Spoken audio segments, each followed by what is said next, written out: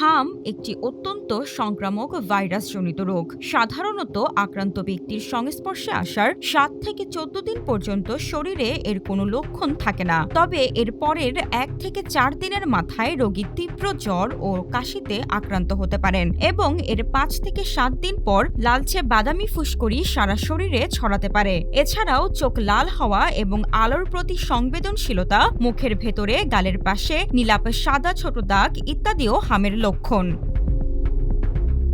তবে আসার কথা হলো, ভাইরাসের সংস্পর্শে আসার পরেও কিছু বিশেষ ব্যবস্থার মাধ্যমে সংক্রমণের তীব্রতা অনেকটাই কমানো যায়। সংস্পর্শে আসার ৭২ ঘন্টার মধ্যে এমএমআর টিকা নিলে হাম প্রতিরোধ করা বা এর তীব্রতা কমানো সম্ভব। এটি বিশেষ করে ৬ মাসের বেশি বয়সী অটিকাপ্রাপ্ত শিশুদের জন্য জরুরি।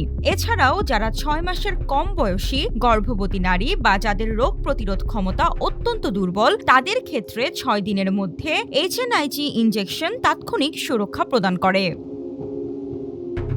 হাম হলে অবশ্যই চিকিৎসকের কাছে যেতে হবে। চিকিৎসক রোগীকে ভালোভাবে দেখার পর শনাক্ত করতে পারবেন আসলেই হাম হয়েছে কিনা। সাধারণত ৩ দিনের চিকিৎসাতেই এই রোগের জ্বর ভালো হয় এবং ৭ দিনের মধ্যেই হামে আক্রান্ত রোগী পুরোপুরি সুস্থ হয়ে ওঠে। হামে আক্রান্ত রোগীকে নিয়মিত গোসল করাতে হবে আর একটু পর পর ভেজা তোয়ালে বা নরম কাপড় দিয়ে শরীর মুছে দিতে হবে। রোগীর বেশি জ্বর হলে বমিও হতে পারে, এক্ষেত্রে ওষুধ খেতে হবে। তবে কোনোভাবেই চিকিৎসকের পরামর্শ ছাড়া রোগীকে ওষুধ খাওয়ানো যাবে না।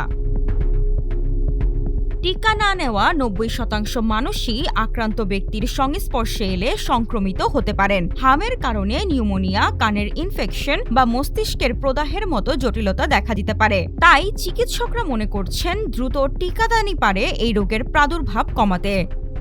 ডেস্ক রিপোর্ট, আজকের পত্রিকা।